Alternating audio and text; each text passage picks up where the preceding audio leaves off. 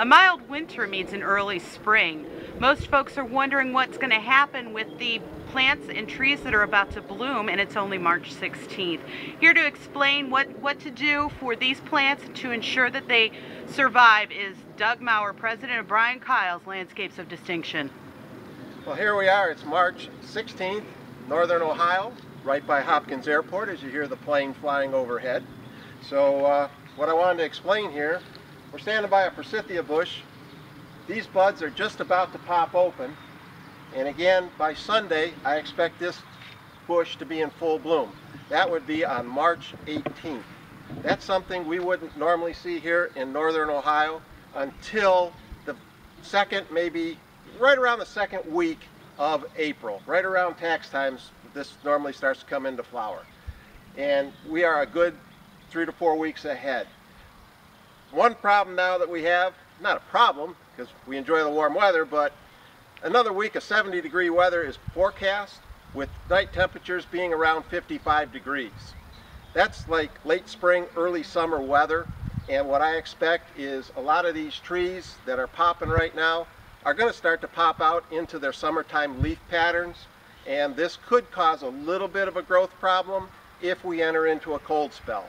Now the cold spell, if it gets down to 30 degrees, 28, and not a big deal, but if you drop down to about the mid-20s, low 20s, stay there for a day, 2 or 3, this could cause some serious, well, not serious problems, but it's going to cause problems. People are going to have a lot of questions.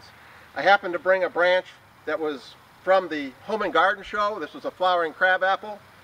This was in bloom at the IX Center 1 month ago.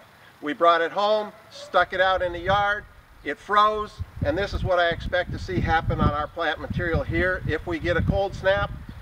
A lot of this material here has died from the cold. These are some of the old flower buds. Here's a flower bud that didn't quite open up down at the show. It stayed, and now that the weather has warmed up, it's popped into flower. So the plant's not going to die, but it's going to be set back because of all the leaf growth that came out and died back.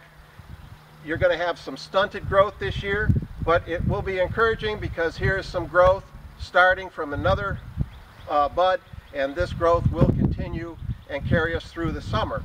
A plant that normally grows, let's say, a foot, I would expect to see about 50%, so maybe 6 inches. So if we get that cold snap and it freezes out some of our plant material, the plant material will not necessarily die unless it's something that is particularly tender. But most of our plant material in northern Ohio is acclimated. Mother Nature throws a curveball once in a while, and probably throws one better than the Cleveland Indians, because I'll tell you what, we can enjoy the weather, but it's going to play some games on our plant material. I also brought, this is a red maple. Now the red you see on here is the flower buds. This is normal for this time of the year. This is where the flowers of the red maple are, or the maples. The little helicopters will form, get down in your gutters, clog them up, and cause all sorts of nuisance problems for us come spring and summer. The kids love them, but that's what these are. But what we don't normally see on this, and I don't know if you can see it here, but on this, the tips are already in what we call green tip stage. These buds don't normally break until sometime in mid-April. Here it is, mid-March.